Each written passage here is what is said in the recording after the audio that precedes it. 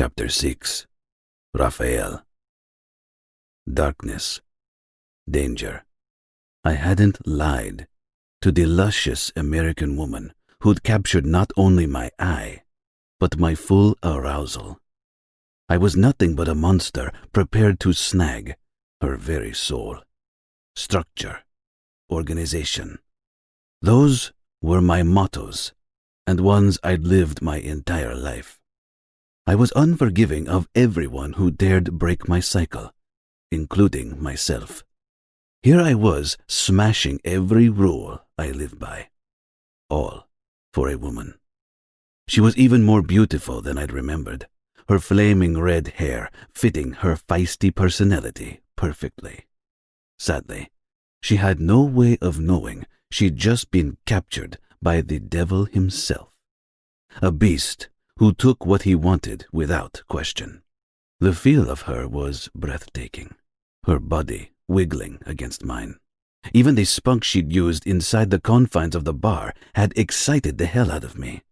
She'd managed to do what few other men had ever contemplated for fear of my wrath, yanking my arousal into a heightened state. She was a wildcat, the fire within her very being unstoppable. Just like I knew she'd be. Every concept of possession rushed into my mind, an almost blinding need to own her. Any man would be a fool not to covet something so magnificent. My thirst for her refused to be denied. I hadn't intended on bothering to find her after the night I'd saved her life. Karma had shoved us together, much like it had on that dark evening.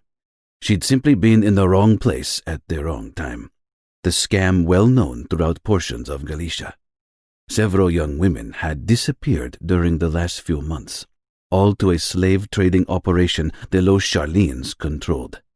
The thug who'd attacked her had been a high-ranking soldier in charge of the entire process. The Blade, as he was known, was a disturbing piece of shit, enjoying his constant torment of the pretty creatures who lost their freedom. As I'd known all along, there was no honor in the ugly world of the Los Charlines. They were simply brutal killers, determined to take out not only my family, but anyone who stood in the way of building their empire. I would have great joy in destroying what they believed to belong to them. Ending the Blade's wretched life had been a sheer pleasure, even though an unplanned kill, one that had created dissension within the ranks, rumors surfacing that a rogue member within the Los Charlines had ordered the hit. Other less powerful clans had smelled blood in the water, circling the city of A Coruña and the outlying areas like Pirana. As luck would have it, my actions had presented an even more valuable situation. Word on the street indicating Alviro's return to the area in order to protect his multi-million-dollar operation. While the rat had yet to surface, I knew it was only a matter of time, as long as my patience held out. The beautiful American was nothing more than a distraction I didn't need, but I found myself unable to resist her. The few minutes spent with her in the bar had stripped me of sanity, pulling me into a web that she likely had no idea surrounded her. Even her statements, so haunting and truthful, had kept me fully aroused, my mind reeling with barbaric hunger. She had no way of knowing who she was talking to, the force of evil that had descended on the quaint little town for nefarious reasons. She wasn't the kind of girl who'd dare taste the forbidden fruit. Yet after struggling for less than a minute, she'd accepted the moment of domination. She was aching inside, curious as to why there was an instant attraction, crackling like a live wire. I sensed she was wet, the scent of her feminine wiles filling every cell explosively. Every muscle and tendon in my body had been electrocuted, sizzling my nerve endings with white-hot heat.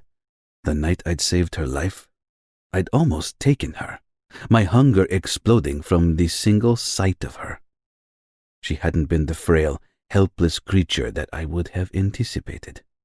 She'd walked toward the scene, defiance written all over her face. The moment she'd slipped into the cafe, my adrenaline had increased, my cock twitching as she'd walked closer. I'd even had difficulty breathing, my heart still thudding against my chest wall. I'd never had a reaction of this nature to any woman, my tastes bordering on the taboo, with women who surrendered easily, willingly, obeying my every command. The majority of both men and women called me a sadist, a man with no heart, no understanding of a conscience. They were all true, terms I usually basked in, but the ugliness that would usually be unfurling at this point was quiet, the beast merely watching and waiting. Somehow, I knew the American girl would never truly succumb, not unless she had no other choice. However, I would give her a taste that she'd never forget. Tonight, she belonged to me, even if she remained unaware. Perhaps somewhere in my twisted mind, I considered it payment for saving her life. That was the sick bastard in me. I simply wasn't a decent human being. I pressed my palms against the hard brick as I crushed her mouth, thrusting my tongue past her voluptuous lips. The taste of her was far too sweet, invoking the vilest thoughts, desires that wouldn't suit a blossoming flower such as herself. Still, the beast within me wanted nothing more than to deflower her, use her, train her, keep her. I ground my hips back and forth, my balls tightening, from hearing the soft moans pushing past the passionate kiss. As the rain continued to pour, I felt nothing but the warmth of her incredible body, pressing against mine, her fingers digging into my shirt. I'd taken an incredible chance, one that could cost me my life. But I had to take her, if only for a single night. One night of blissful pleasure. One night introducing her to obedience. One night of stripping away her inhibitions. And I didn't even know her name. As she pressed her hands against my chest, she arched her back. Her actions screamed of denial, even though her arousal had wafted across my nose in the shadows of the bar. She was just as desperately hungry as I was, pretending she could never want such an arrogant beast. I dominated her tongue as I wrapped my hand around her long neck, pressing my thumb into her skin. She clung to me, even rising on her tiptoes, her entire body quivering. I kept my hold. Using enough pressure, she whimpered. Fuck, the things I could do to her. I wanted to drink in every drop of her sweet essence, feast on her pretty pink pussy, before thrusting my cock deep inside. Tonight, I would take her in every hole, eventually filling her with my seed. When I broke the kiss, my breathing ragged, I remained captivated by her beauty, rain-soaked hair and glowing porcelain skin, the softness of her touch after her volley of anger. The dress was perfect in every way, highlighting an hourglass figure and long legs that could stop any man in his tracks. I gazed down her face, able to see her hardened nipples pushing through the thin material, envisioning having first one rosy bud, then the other in my mouth. I shifted one hand down her side, gripping her hip. Her desire made her even more radiant. Against every aspect of my better judgment, I made an out-of-character decision, one I hoped I wouldn't regret. You're coming with me, I stated as I breathed a swath of hot air across her face. What? Her whisper was hoarse, barely audible. You heard me. Tonight, you belong to me. I can't, she answered, biting her lower lip, although her tone was tentative. I don't know you. You're just some mysterious stranger. I'm a dangerous stranger, but you're entirely safe with me. A moment of lust flashed through her eyes, even as she struggled to get out of my hold. That isn't going to happen. I said, you're coming with me, I commanded as I released my hold, taking 2 steps back and holding out my arm. Take my hand. I might be a bastard on every level, but on this night, I'd allow her to make a simple choice, a gamble worth the risk. I felt I owed her that, if nothing else. She stood shivering in the wetness for a few seconds, debating whether or not to trust me. If I have to tell you again, your punishment will be much worse, I growled. Punishment? For the first time, there was a glimmer of fear in her eyes. Make no mistake, I will punish you for any and every infraction. You will follow my rules, no matter what I ask. I was surprised at the husky words I'd allowed to slip from my mouth, the level of authority in the manner I said them. That makes you an asshole, she half whispered, wiping water from her face, her lower lip quivering, even as the spark continued to build in her eyes. Trust me, I am much more dangerous than you understand. But on this night, I will rekindle the fire you've long desired. I will give you a true taste of ecstasy. The feisty American went through a series of emotions, all playing out on her exquisite face. Why? I'm nothing to you, and I refuse to be a conquest.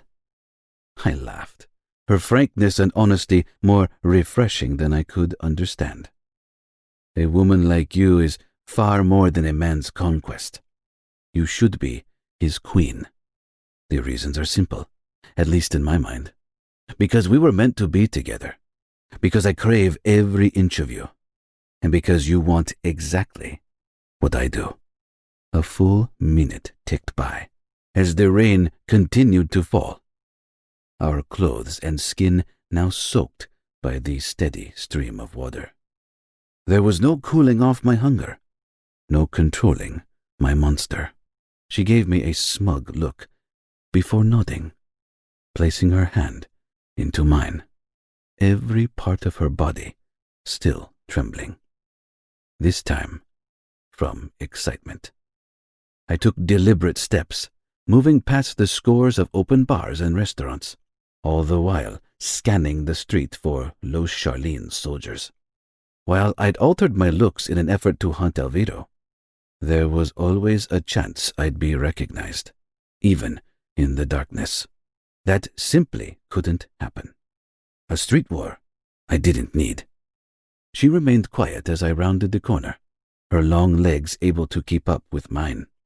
Only when I pulled out my key fob did she hesitate again, her gait slowing. You're carrying a gun? She hissed, struggling to pull away. Who are you, Rafael? Or is that even your real name?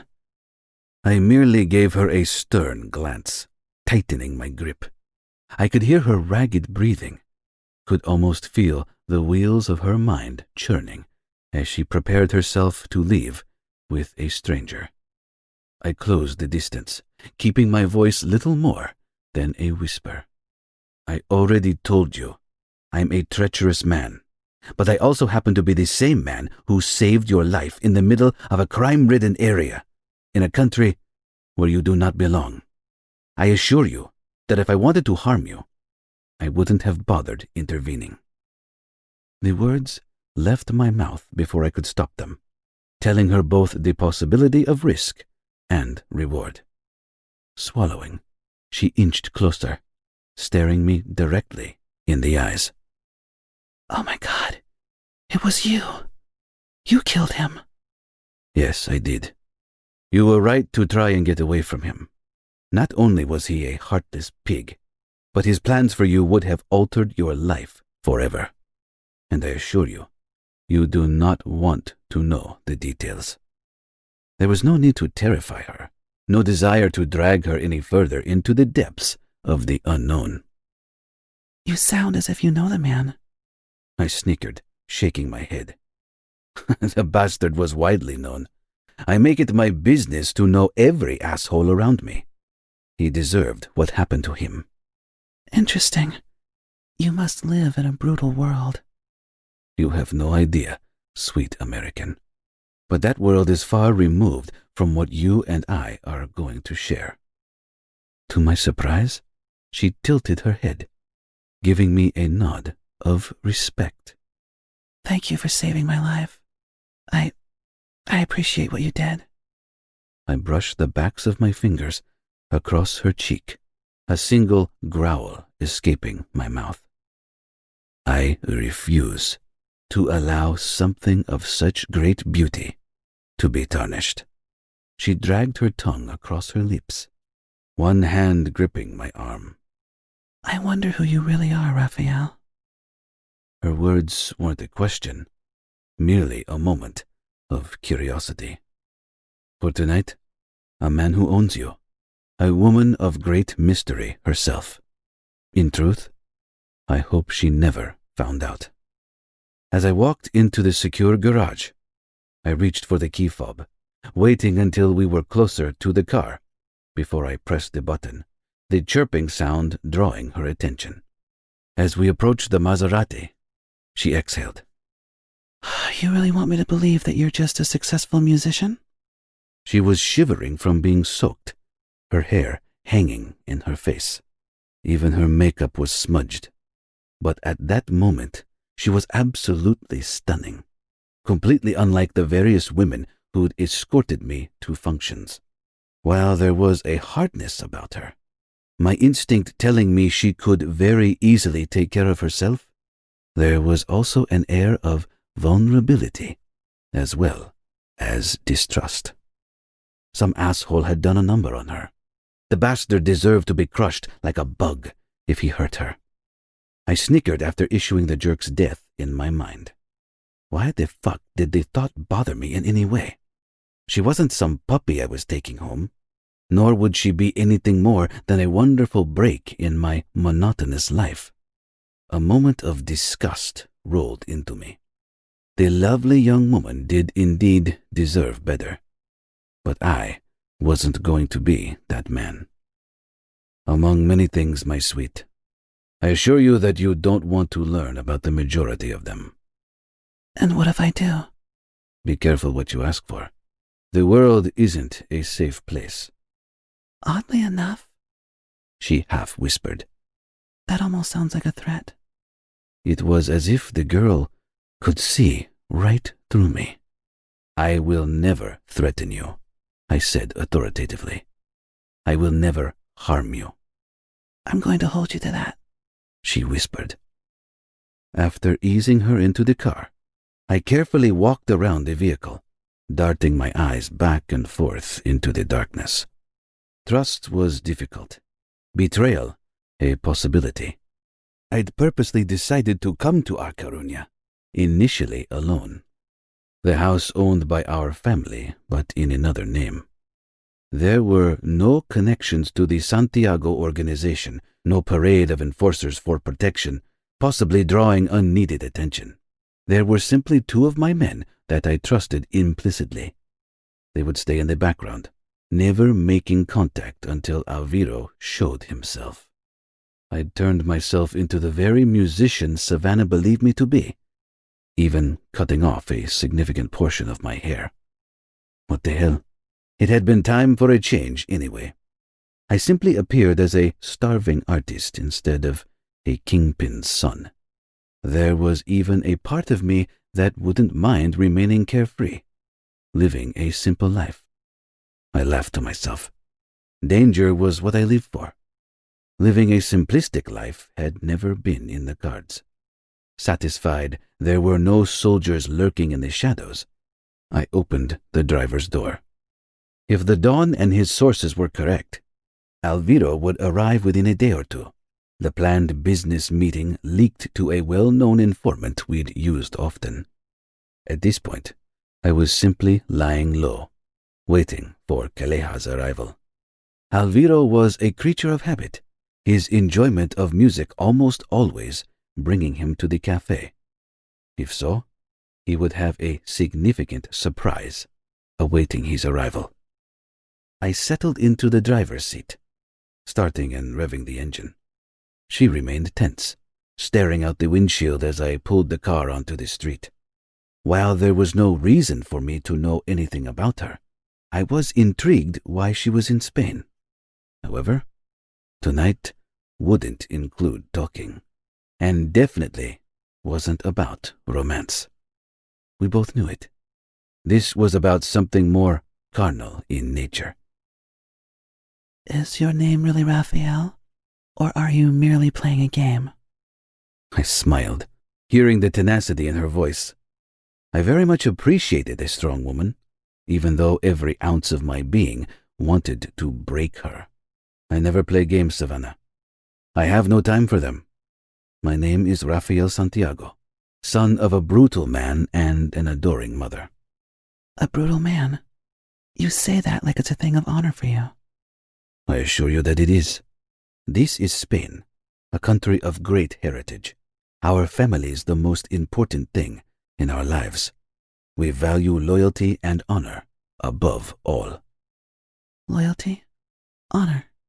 She repeated wistfully. I could still feel her eyes on me, her curiosity only building. I shifted the gear into fifth, pressing down on the accelerator. As I weaved around several cars, twisting my hands over the steering wheel, she leaned forward, attempting to read the road signs as they flashed by. You are a great mystery. Tell me, do you do this often, Rafael? She finally asked. Do what exactly? Commandeer women to indulge in your dark fantasies? Make no mistake about me, Savannah. I'm the kind of man who takes what he wants when he wants, no matter the obstacles. Tonight, I gave you the choice. Coming with me was entirely your decision. I wasn't certain what to make of her silence, but the time for conversation was finished. I was far too hungry to wait for much longer. As soon as the engine was stopped, I exited the vehicle, expecting a hesitation on her part. When she climbed out of her own accord, passing by me without muttering a word, I was forced to adjust my pinched cock. As I entered the house, turning off the security system, I grabbed her hand, yanking her into a tight embrace. A moan slipped past her lips from the force I used, her palms immediately pressing against my chest. Fisting her hair, I yanked back her head as I brushed the fingers of my other hand down her face and neck. You have no idea what you do to me. The hunger I have to taste every inch of you. Why don't you show me? She managed, her words breathless. I intend to. You will do exactly as I say. Do you understand? Yes. I squeezed her neck between two fingers, enjoying the feel of her pulse of life. I lowered my head, rubbing my lip back and forth across her earlobe, her audible shudder my reward. You will obey me, and you will show respect. That's all that I ask.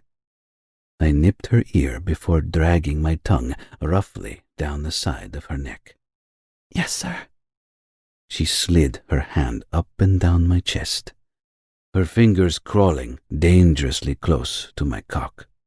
When she tugged on my belt, I was surprised. Only she had no idea what was in store for her. Perhaps you can be trained. Imagine what you and I could do together. I took my time, savoring her sweet skin as I wound her hair around my fingers. I was pleasantly surprised when she allowed her hand to fall, wrapping her fingers around my hardened shaft. The way she stroked up and down pulled the sadistic beast from his confines. I held her in place as I rolled my lips up to her jawbone before capturing her mouth. This time, I allowed her to experience a quieter moment, a softness that was unexpected. The simple joy of having her in my arms was electrifying in its own right, no matter the dark desires bubbling at the surface. Savannah squeezed my cock, pumping up and down in a languishing manner, all the while sending a shower of vibrations skittering down the back of my legs. Our tongues entwined, moving together in a perfect rhythm as she eased her other hand under my shirt. The second her heated fingers touched my skin, I was thrown into a wildfire of need, finished with the moments of tenderness. She belonged to me in every way. Her body, her willpower, her innocence, all mine. The moment I broke the kiss, she scuttled away, moving quickly toward the set of French doors. I couldn't take my eyes off her, the woman beguiling in every manner, while the savage in me wanted nothing more than to take her immediately. I enjoyed watching the way she moved. She truly had no idea how beautiful she was, which only added to my attraction. She didn't bother asking as she unlocked the doors, pulling both open to allow the breeze to flow into the room. Savannah darted a single look over her shoulder before walking outside, immediately moving toward the railing and leaning over. She was surprisingly casual in her stance, unafraid of the monster who stood behind her. "Ah!" she moaned, gasping for air, her eyes wide open. I wrapped my hand around the back of her neck, tugging her forward. She surprised me once again as she fisted my shirt with both hands, using enough strength to tear apart the seams. Growling, I wrapped a single finger around the thin lace of her bright crimson thong, snapping my wrist. The delicate material tore away easily, leaving her struggling to take even breaths. The moans slipping past her lips were sweet music, and once again I fisted her hair, pushing her down onto the bed, straddling her as I yanked her arms over her head. "Damn you," she hissed, wiggling her hips as she struggled to get out of my hold. I leaned over, savoring the way she ground her sweet pussy against me, the scent of her arousal even more intoxicating than before. "You are one bad girl." I managed to snag both of her wrists in one hand, still holding her in place as I unfastened my belt. Her eyes fell to the action, her mouth twisting in frustration. "You wouldn't dare." "I wouldn't. You threw a damn good punch as well as disrespecting me. I think that's excellent reason for you to receive a spanking." "But She narrowed her eyes, twisting and jerking her body. Finally releasing the buckle, I tugged on the strap as she continued to buck against me, her strong legs managing to push me just enough as she was able to kick me hard in the chest. Shocked, I kept hold of her wrists as I climbed off the bed, yanking her further up closer to the headboard. Within seconds, I'd wound the rope around both wrists in such a manner she could struggle all she wanted, but couldn't get away. The shock on her face forced a grin crossing mine. She kicked out as I proceeded to tie the other end around the thick wooden slats of the headboard. what? I mean, When you disobey, you are punished. When you refuse orders, you are chained. And I assure you, you won't be getting away. When I was satisfied the rope would hold, I jerked her over onto her stomach, ripping at one of the pillows, then sliding it under her tummy. You are horrible, she snapped, fighting the bindings with everything she had. Horrible is an exaggerated word, sweet Savannah. However, I am demanding in all things, including obedience. I thought you understood by now. My requirements are simple, my needs insatiable. But I know you are a woman who can handle both. I eased the hair from her face, rubbing my thumb across her mouth. I long to give you pleasure, not merely pain. The ecstasy I mentioned. Swallowing hard, she closed her eyes briefly as goosebumps popped along every inch of her skin. There's no such thing. You must trust me. She bit back a series of sounds, her body tensing when I dragged my hand down the back of her neck. She was still afraid of me. Hell, she had every right to be. Every reason that she should be. I rubbed my fingers down her spine, my entire body tingling. I adored her creamy skin, the way her long hair fell almost to her waist. As I explored her curves, allowing my fingertips to slide down the crack of her ass, very slowly moving along the inside of her thigh, my heart continued to race. Hearing the sound of my phone only managed to piss me off. There were only two reasons for anyone disturbing me at this point: a death in the family, an attack on our turf. Ignoring the interruption, I sucked in my breath, continuing to explore her body, brushing the back of my hand along the inside of her other leg. She quivered visibly, stretching until she could arch her back. Every move she made drove me to a savage state. When my hand crawled up further, she opened her legs, allowing me the first sight of her beautiful pink pussy, glistening from her arousal. You're wet for me, I stated in a demanding way. No, she huffed. I slipped the tip of my pinky across her swollen folds. Only once. Her reaction was instantaneous, her body bucking, a whimper breaking free. Let's try that again. Are you wet for me? No. The hard crack I issued on her bottom dragged a snarl from her sweet lips. Another hard jerk of the rope.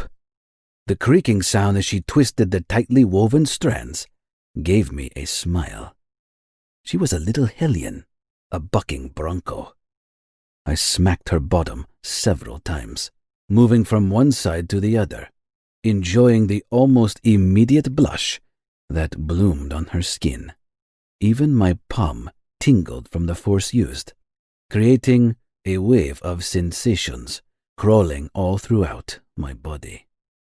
She took several deep breaths before burying her face into the comforter, her back rising and falling. Disobedience has immediate consequences, I explained, caressing her bottom. Instead of acquiescing, acknowledging my dominance, she kicked out, trying her best to plant her foot into my chest. I rapidly brought my hand down again several times until she whimpered. I leaned over, planting my palms on either side of her, blowing a swath of hot air across her shoulders.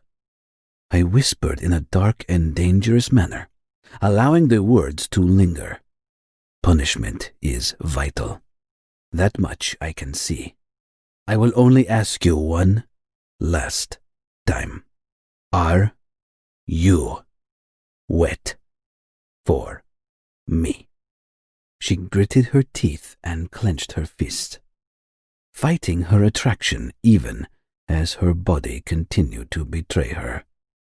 Yes. Yes. Much better. I used the same pinky, dipping it inside 3 distinct times. Oh, yes.